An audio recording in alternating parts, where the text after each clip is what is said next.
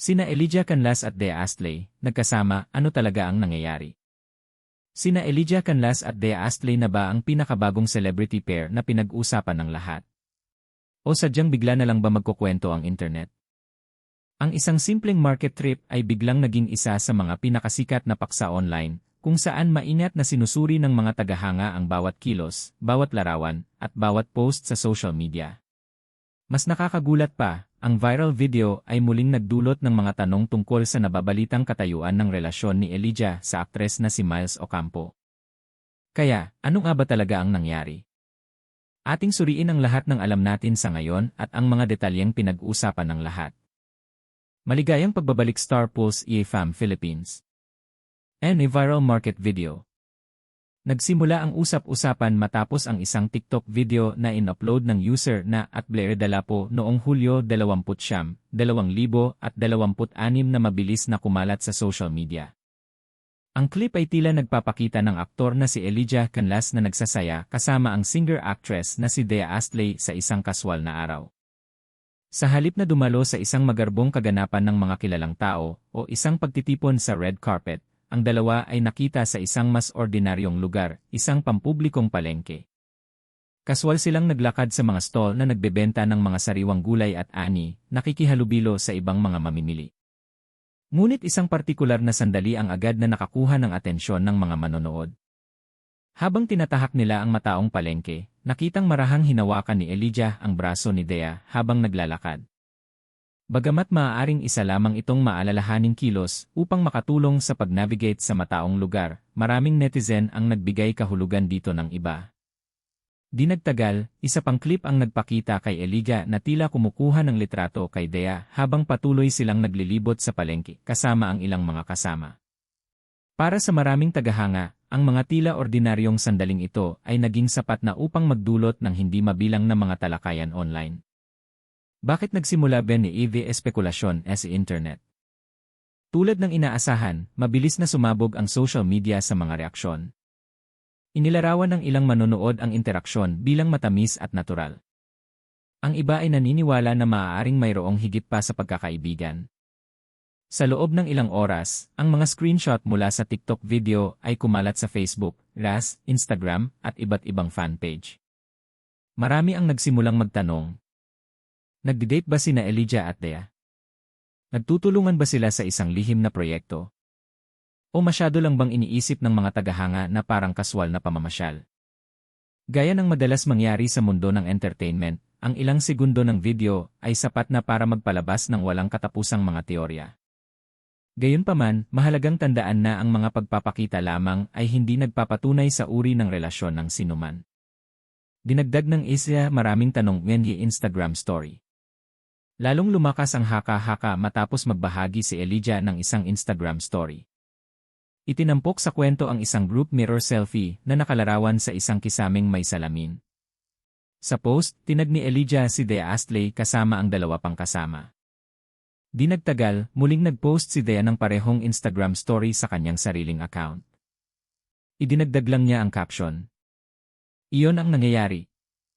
Bagamat tila kaswal ang caption, maraming tagahanga ang nag-interpret sa repost bilang isa pang senyales na magkasama ang dalawa. Ang ilan ay nagsimula pang iugnay ang Instagram story sa naunang pamamasyal sa merkado. Ngunit muli, hindi nagsama sina Elijah at Dea ng anumang pahayag na nagmumungkahi na sila ay magkarelasyon. Sa ngayon, kinukumpirma lamang ng mga post na magkasama sila kasama ang mga kaibigan. Ang lahat ng iba pa ay nananatiling haka-haka lamang. Kumusta din Miles Ocampo? Habang nagpapatuloy ang mga talakayan tungkol kina Elijah at Dea, muling lumitaw ang isang paksa. Nagsimulang magtaka ang mga tagahanga tungkol sa relasyon ni Elijah sa aktres na si Miles Ocampo. Napansin ng ilang mapagmasid na netizen na ang isang TikTok video na nagpapakita kina Elijah at Miles noong nakaraang pagbisita sa Hong Kong Disneyland ay hindi na lumalabas sa TikTok account ni Miles. Agad itong nagdulot ng mga bagong tsismis. Marami ang nagsimulang magtanong kung tahimik na naghiwalay na ba ang magkasintahan. Nagdagdag pa ng kuryosidad ang isang nakaraang panayam kasama si Miles Ocampo. Mas maaga ngayong taon, lumabas si Miles sa programang YouTube ni Tony Gonzaga na ang tanong. Sa panayam, mainit na ipinakilala ni Tony si Miles sa pagsasabing isa na siyang ganap na babae, bago kaswal na binanggit na mayroon na siyang buhay pag-ibig.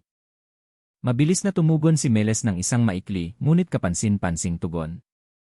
Sabi lang niya, "Wala ate." Nagpatuloy ang usapan ng walang anumang kasunod na paliwanag. Ang maikling tugon na iyon ay muling lumitaw online, kung saan maraming tagahanga ang nagtataka kung ito ay nagpapahiwatig ng mga pagbabago sa kanyang personal na buhay.